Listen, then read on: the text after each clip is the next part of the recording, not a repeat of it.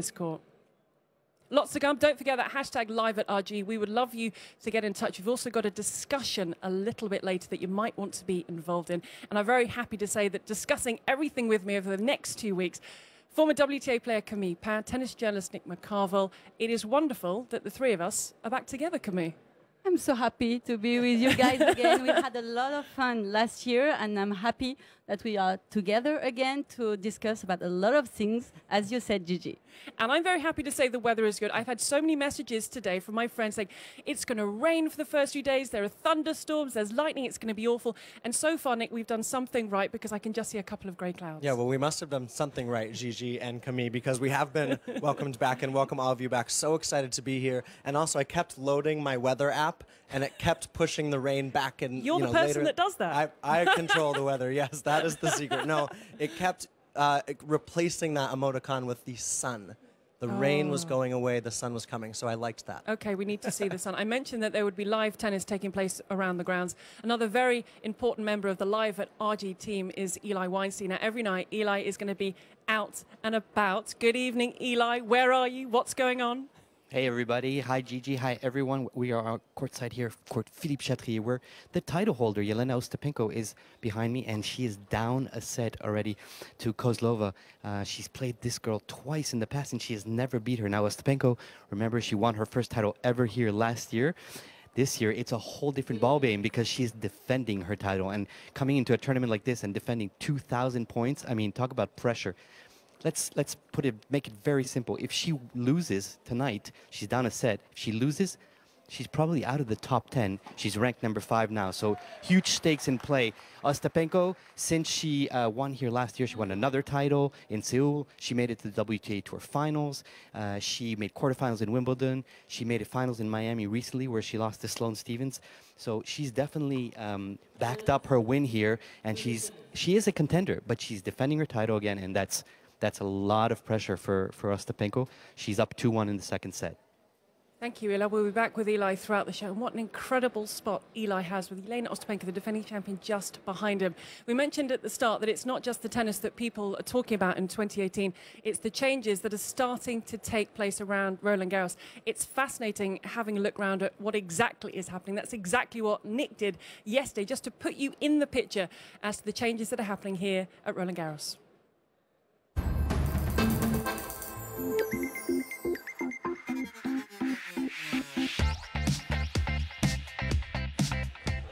As Roland-Garros celebrates 90 years at this historic site, the tournament feels like it never has before. With a new show court, an expanded fan village, and improvements all over the site, there's also an expansion that's long been waited for. Let's go check out the new RG.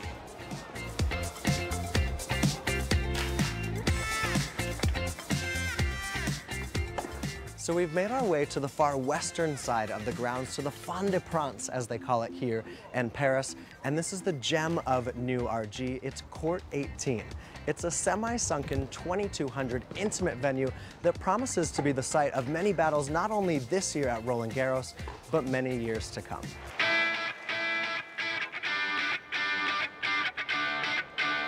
The aura and the feel inside Court Suzanne Lenglen is much different thanks to these this year. They're Vouge wood seats made by a French company. Now, they're resistant to all types of weather, and I can attest they're quite comfortable. They're making their debut here in Lenglen, making the court much original and classier, and they're going to be used inside Court Philippe Chatrier in 2019, as well as the new stadium to be built and the expanded RG.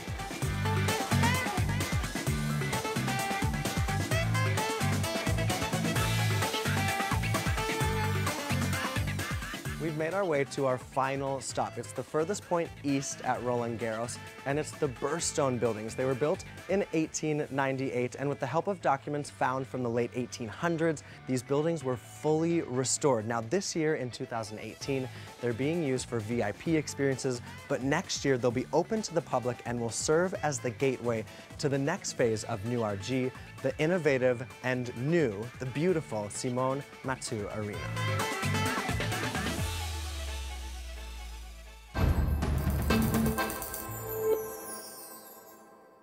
It looks fabulous. And if you are coming to Roland-Garros for the course of the next 2 weeks, make sure you just take a little bit of time to go exploring. And for a bit more about what's happened and what's going to happen, Eli has been speaking with tournament director Guy Forget. Thanks, Gigi. And we are joined here by tournament director Guy Forget, who is extremely knowledgeable on the topic. Guy, thank you very much for being with us. The first question I want to ask you is, how do all these innovations for this 2018 Roland-Garros make this tournament so unique? Well, we've been waiting for these for a long time. Going to Wimbledon, to New York, or to Melbourne, they've done these renovation, these new facilities that makes the tournament more enjoyable for the fans, for the media, and for the players, of course. Being in the heart of Paris, we had a lot of more issues, to move ahead. For the first time this year, we've been able to expand from the east to the west with new courts, with where we had the drawing ceremony at the Orangerie, which is near in the botanical garden, by the way. And I think it just brings more of that unique experience that a city like Paris can offer. So we're very pleased with where it's going, but it's going to go for 2 more years. So was the idea of the tournament to link state-of-the-art equipment like we see around the site and the history and the tradition of this tournament? Exactly. I think, we are probably the smallest of all the majors, and we can compete with the other guys on that level. But, I mean, this place is very charming, as you know, and, we want to play on the qualities and what makes, once again, Paris so special. We've renovated these old buildings, and at the same time, with the new courts, we wanted to have state-of-the-art equipment. So we have a new court 18. We'll have next year the court Simone Mathieu, which will be surrounded by glass windows, just like in the botanical gardens. So I think it will be a tremendous experience for everyone around the tournament. So what you're saying is this is just the beginning? It is just the beginning. As you probably know, the day after the finals this year, we'll break all the Philippe Chatrier court down, because it's a race and we have to be ready for next year event. So, it's an ongoing process that will take 2 years, and, we can't wait, every edition to have new things to show. Well, that's great. Thank you, Guy. Thank you very much for being with us on Live at Roland-Garros. I know your time is very precious in the next 2 weeks, so thank you for that. It was Guy Forget. Back to you guys. Thank you very much. And if you've already been here, hashtag live at RG, your thoughts on what's taking place here at Roland-Garros. Now, I'm very happy to say that joining myself, Camille and Nick, a former 2-time French Open finalist. Please welcome, coming in, joining us, Alex Corretja. I feel like we need a round of applause or something, need a Alex. wild, I feel wild like applause, right? there's going to be some kissing going on. I feel I need people. Oh, thank you very much. I just keep talking while you do that. Alex, working for Eurosport now.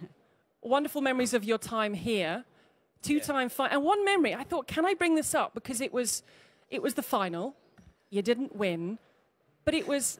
Sorry, it's like how to start on a good note. But you had Pelé on Philippe Chatrier with a football and the trophy, which I mean must have been all the emotions you're going through. You got to the final, you haven't won, and then Pelé appears. Yeah, that's right. I'm here, as you said, for Eurosport, so I'm very pleased about it. 15 days here, working hard. And Pelé came on court. I lost to Carlos Moya. He beat me. And then I was just making some football shots, and I was getting very excited. Oh, that's very nice from Moya. I like Nick saying, look, and I kicked the ball there in the draw ceremony. And then Pelé looked at me and said, like, no, I dedicated for you. And I didn't know that, so I just lost the ball forever. Now, I mean, I could never get back the ball, so it was a shame. Did you feel nervous there with Pelé on court and the football? No, I was more nervous during the finals. And with Pelé, I was more excited, having Pelé next to us. I was trying to show some skills. This is incredible. I've never seen this footage. This is awesome stuff. They are some skills there. I mean, but when I kicked it, and then Pelé is looking like, no, I dedicated for you, so... And Carlos did it too, so so you very frustrating for Pelé. That he dedicated for. But it must be amazing. You mentioned working here for Eurosport the next couple of weeks, but coming through those gates at the start of a tournament where you've had there was a 5-hour, 30-minute match, which was the longest in the tournament history at the time. Some special and some tiring memories. Yeah, it is special. It is always nice. The people treat me very good here, always, even if I haven't won. You know, when they see me, it's always like, you know, good ambience. You know, they come to me, they say hello to me. I know a lot of people here for so long. And yeah, it's a mix because I felt like why I couldn't win it if I was so close. I reached the quarters like 5 years in a row at least, and then semis, finals, quarters, finals, quarters. I was knocking on the door, but they never opened it. So my opponents, they were a little better than me. That's it. But did you change something between the first and second final in terms of preparation, maybe, or dealing with pressure? Did you change something? Yes, I mean, the first one that Moya beat me, I felt like I was too happy already before the finals because it was my first time Grand Slam finals. Like an achievement before the... It took me a while, that match, 5 hours and a half against Gumi. I mean, so, wow. yeah. How do you recover from something like that? Well, Win or lose, how do you recover? I probably still not recover. No, I did recover okay, but then I reached the finals and Carlos was playing. You know, we both played from the baseline, but he had a probably better forehand, better serve, so a little bit more power on his game. And then the second finals against Kuerten, I felt like he was the number one, and it was tough, but I prepared like more conscious, more focused, knowing like, okay, I want to really win. So I won the first set, and I was up a break in the second, and I had break point to go 6-5 in the second and serve for the set.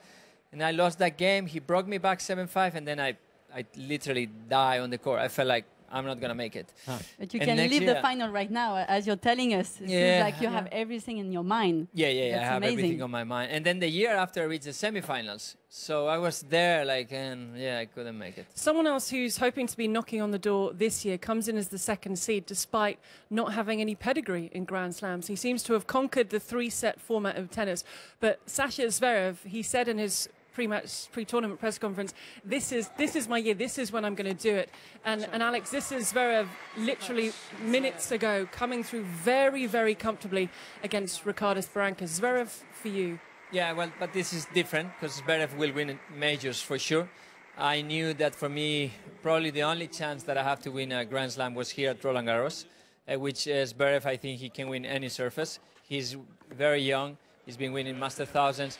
And he only needs to have a little bit of patience on the slams, but I'm 100% sure that he will win the slams, I mean, very soon. Another man looking to do it is Grigor Dimitrov. Only knew about his opponent Mohamed Safwat 20 minutes before the match with Victor Troitsky pulling out. But Dimitrov will be happy that he's come through in straight sets. First match on Philippe Chatrier. Yeah, that was a great win for Grigor Dimitrov. He did not have a good record against Victor Troitsky. He'll be happy to come through that one. So will Lena Svitolina, down 5-1 in this first set against Ayla Tomljanovic. She comes through in straight sets. She had disappointments last year here, losing to Simona Halep in the quarterfinals. But she comes through. She's the Rome champ, the number 4 seed.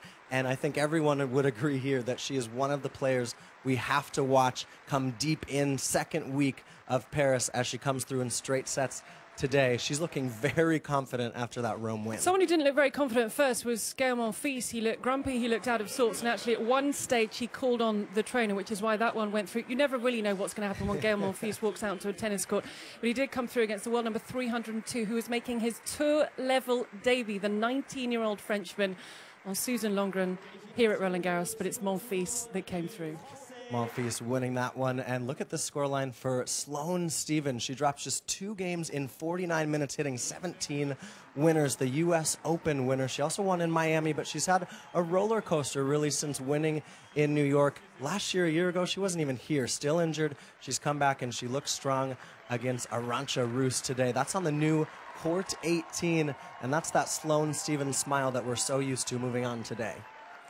We then had the biggest shock of the day so far, and it was Wang Chang. Now, she was beaten by Venus Williams in the first round here last year. She has exacted her revenge because the world number 9, the 9th seed Venus Williams, is out. There is the delight on Wang Chang's face as she comes through in straight sets against Venus Williams. But for Venus Williams, the first time in her 22-year career that she has lost first round in consecutive Grand Slams with a very early exit in Australia. I think it's only Indian Wells and Miami where she's actually gone further than the first or second round. But take nothing away from Wang Chang. What an afternoon for her, and what a win in straight sets. We're going to see more of Venus Williams. She and Serena signing up to play doubles together for the first time in a while. So she hasn't played well on the clay, but we're going to see more of the Williams sisters. We're going to see more of Luca Pouille, who came through today in straight sets, didn't have trouble from Daniil Medvedev, one of the players we've really been watching who's up and coming. But Pouille is the #1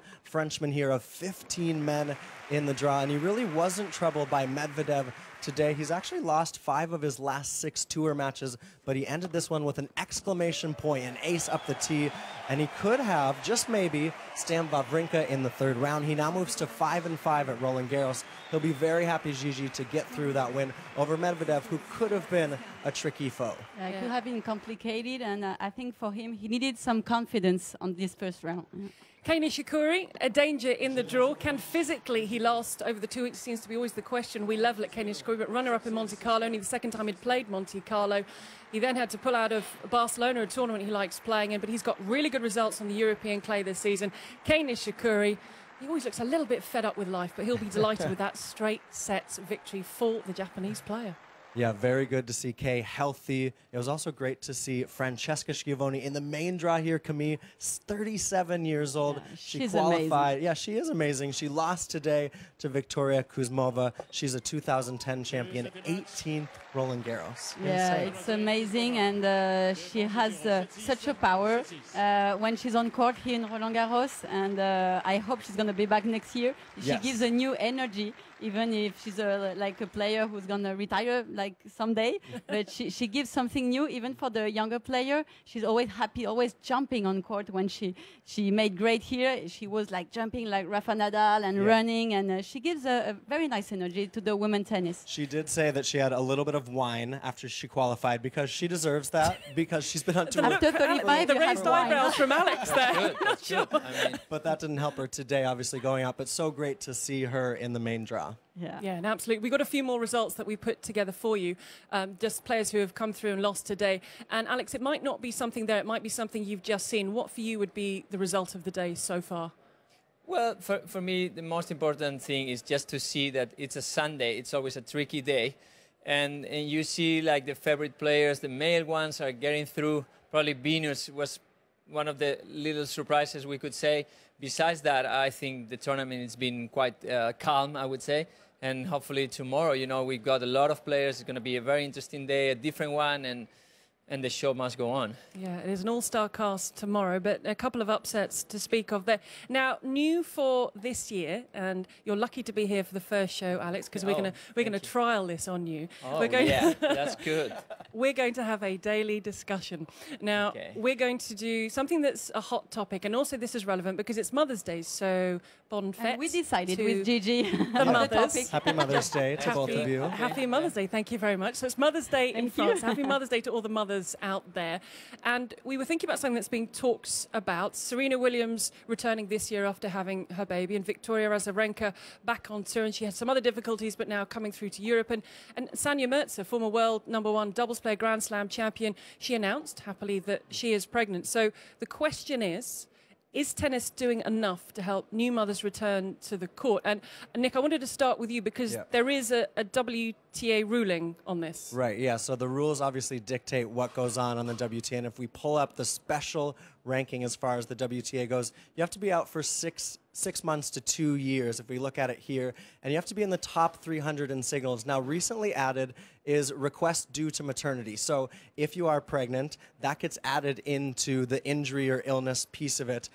And you can use your special ranking. Once you do come back, you can use it in up to 8 events. You can use it in 2 Grand Slams, but there's also always the possibility of a wild card. So it's interesting as we discuss this special ranking, you can use it in up to those 8 events, but we actually got the chance to speak with Victoria Azarenka just yesterday. She's a new mom. She's back on tour, and she's on the WTA Player Council. She brought up an interesting point. Let's hear from Victoria.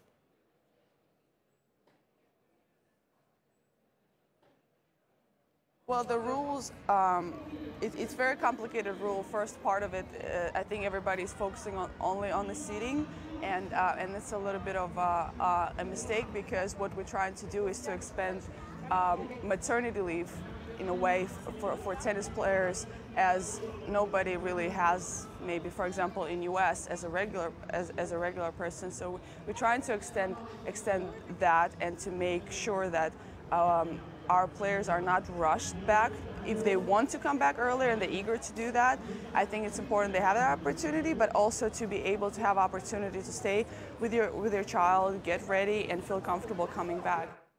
So Camille, I think the best thing to do is start with you, put that question to you. Do you think tennis is doing enough to get new mothers back on court? I think it's pretty new because before we remember Kim Clijsters, but she was almost the only one having a child and coming back. So it was just for 1 or 2 players and it was not common. And I think the world is changing in tennis as well, and women's tennis. And now WTA has to think about changes because it's new. Before it was like, for us, having a child and coming back was something impossible. Only Kim Clijsters, because she was such a great player and she could come back very quickly. And now Serena and Victoria, they just showed that, yeah, you can come back because girls are fitter after pregnancy. They can come back. I could see Mandy Minella as well, a friend of mine. Yeah. She came back like 4 months afterwards. So I think they just stay fit because they want to come back. And it's new and they need to change the rules for that. Yeah.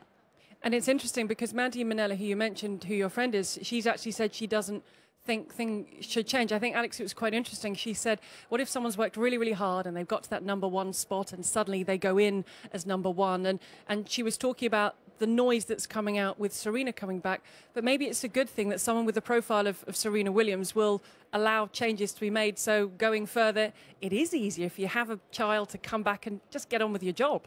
Yeah. As Camille said, definitely they need to change something because they need to help the girls. Otherwise, they cannot just wait till they retire to have kids because that's absolutely absurd. So I believe they really need to make that statement. And it's good that now Azarenka, she's saying something. Maybe Serena should say something because they might help the other girls just to step in and say, okay, let's move on and let's find a better solution. Because I think it's just very difficult for them to come back. It's already a challenge. So if you just need to start almost from zero, it's nearly impossible unless you are like a superstar, like she said, like Kim. She did it in New York. That was very unusual. So hopefully they're going to just talk, but they will need to do something because only by talking, we don't change anything. Or maybe make things easier to choose, as she said. Maybe if you want 3 months after to keep your ranking, it's just a matter of ranking and being able to play the tournament you used to play and to choose the moment. And I think this is important in the new rules to say, okay, the girls, you can choose. If you want to come back in 3 months, you will have your ranking. Don't worry. Well, and it's interesting the points that Vika is making. And she actually said to us that this is a loud discussion now because Serena's a part of it. But we should decipher that a special ranking doesn't necessarily give you a seeding. So Serena's using her special ranking of #1 because that's what she used when she left tour. But she's not seeded here. She gets into the tournament with the ranking. And so the discussion has been a lot around the seeding. But Victoria's saying, listen, if we're going to make a rule, does it apply only to Serena? No, it applies to the whole tour. So let's take a look at this issue, as we were talking about with Clijsters, Lindsay Davenport in the past. When there's a great article on RolandGarros.com you can check out that explores the issue further. But it's something for discussion. The WTA is now talking about it, and they said they will look at it for 2019. And we would love you to get involved in the discussion. Remember, any time of day or night, #live@RG.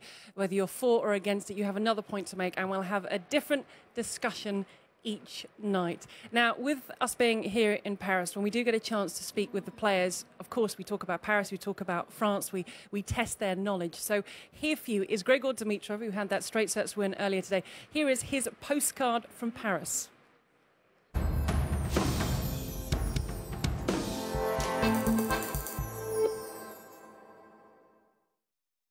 Grigor, if somebody asks you, saignant, à point, ou bien cuit? Bien cuit, and I always apologize because I know how disrespectful that is, especially in Paris. Can you imitate the French accent? Yes, but I don't want to be disrespectful. You won't be, you won't be. What is the name of the French national anthem? The name? Can you say the following sentence? Répétez après moi. Répétez après moi. Où est la bibliothèque? Où est la bibliothèque? If you had to convince your best friend to go to Paris, what would you say? Whew. I would say first to see the Eiffel Tower at night, go across Champs-Élysées and then drive on the roundabout there Montmartre, the area, and a bunch of great restaurants that I know. The Louvre, I'm a big fan of art, and tons of gardens. Pretty, yeah. You know your Paris. Yes, I know my Paris.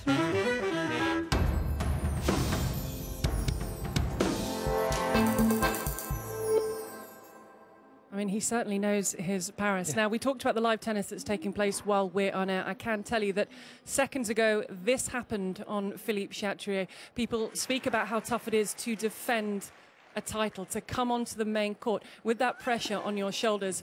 And I can tell you that Jelena Ostapenko's French Open is finished. 7-5, 6-3. Camille, the defending women's champion, is out. Yeah, it's tough for Ostapenko, but in a way, it was a very difficult situation. Ila just mentioned it before, but she's young. Remember last year, we were like surprised of the maturity she had in final, but somehow it came back. It's difficult to deal with this pressure. She had a lot of points to defend, but for me, like the level we knew in the women draw, it would be very open. Everybody says it, and it's just it's the case when you see Ostapenko out, and it's not a surprise. And because everybody can win this year, as it happened last year. Well, it's a big shock. Yes, I have to say.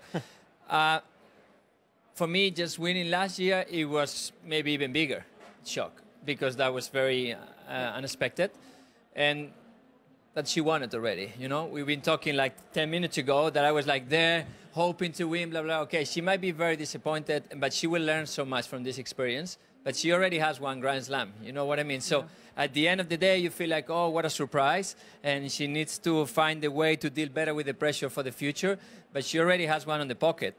So in a way, we can say, yes, it's a big shock, but she's still got the French Open win last year. She's still got the French Open title, and she's still very young. Now, someone else, he's not the defending champion, but he is in a spot of bother, is being watched by Eli on, where are you, Eli? Court 1? I'm on court 1. I can't talk too loud because David Goffin is playing behind me. This court is full of Belgian fans, and David Goffin is down a set. He just broke back, though, in the second set. It's 4-3 now, and Goffin serving. Goffin, obviously, everybody remembers his injury here last year, terrible injury. Got stuck in the tarp in the back of court, Suzanne Lenglen, but he's back in full shape. Playing Robin Haase, who's a real journeyman. It's a tough match, a very tough draw for Goffin, but the crowd here is clearly pushing for Goffin. A lot of Belgians in the house, so we'll see. I hope I'm not bad luck for Goffin also. And by the way, bonne fête, maman. Bye. Oh, merci, Eli. Good son, Eli. Well done for doing that. And don't forget that when we are off air, you can go to Roland-Garros.com, the website or the app, and keep an eye on all the scores and everything that's happening. We have for you, though, a little snapshot of tomorrow's order of play. And Alex, you touched on this in terms of the names who are coming out onto the courts on Monday. I mean, it's a star-studded fest of Monday tennis. Yeah, well, that's Roland-Garros. At the end of the day, you feel this is one of the most important tournaments of the year. And of course, you see these names going on court and you feel like this is pressure. But this is pressure for everybody, you know, for everybody who works on the tournament and for the players. The feeling like going on first round, you know, it's always, well, I don't know about the French. They feel way much more pressure than we do because I don't know if the crowd. Definitely, Alex. Definitely. but it should be like something as well, like motivate you. But it's difficult for them, you know. I played both semifinals, which you didn't mention. You only mentioned the finals that I lost, but the both semifinals that I won. I'm just kidding. But I showed you the I Pele played against footage. French guys, and I knew that for them it was tough. Piolín, Grosjean. I wasn't allowed to mention it because it's French. Oh, that's right. Désolé. Yeah, I'm playing a French guy in semi-final. I'm so happy. No, not that way, but I knew that for them it wasn't easy. Yeah, you know? it's such a huge tournament for everybody here in France, and it's a lot of pressure, and it's tough to just put it as a positive pressure. We're gonna find a way one day, and somebody, a French guy or a French woman, is gonna. We have to find a way. But also, let me tell you, the tricky thing for the French guys is that I believe that clay is not their best surface. Yeah. So they play probably the most important tournament of the year for the whole country, but in a way they don't play in their place, you know, because it would be hard courts or even grass sometimes. But this is because when we are young, we learn how to play tennis in a way that is different in Spain. Yeah. And that's why they play better on hard court. Maybe it's going to change. It's been an absolute pleasure. I'm afraid time has run out, but the weather has stayed fair. We've had a couple of matches finished while we've been on air. Alex Kretsch, it's been an absolute pleasure. Thank you very much for joining us. Thank you, Alex. Camille, Nick, we're going to be back together at the same time tomorrow night. That is 7 o'clock. Don't forget, keep getting in touch. You can keep across RolandGarros.com. There's @RolandGarros on Twitter, Instagram. There's a Facebook page. There's a YouTube page. Just everything and everywhere you can find out what's going on. We'll be with you every night from 7 p.m. The action continues behind us. #live@RG to get in touch with us. But thank you again to all my guests. Thank you to you for being with us, and we'll see you same time tomorrow. Bye for now.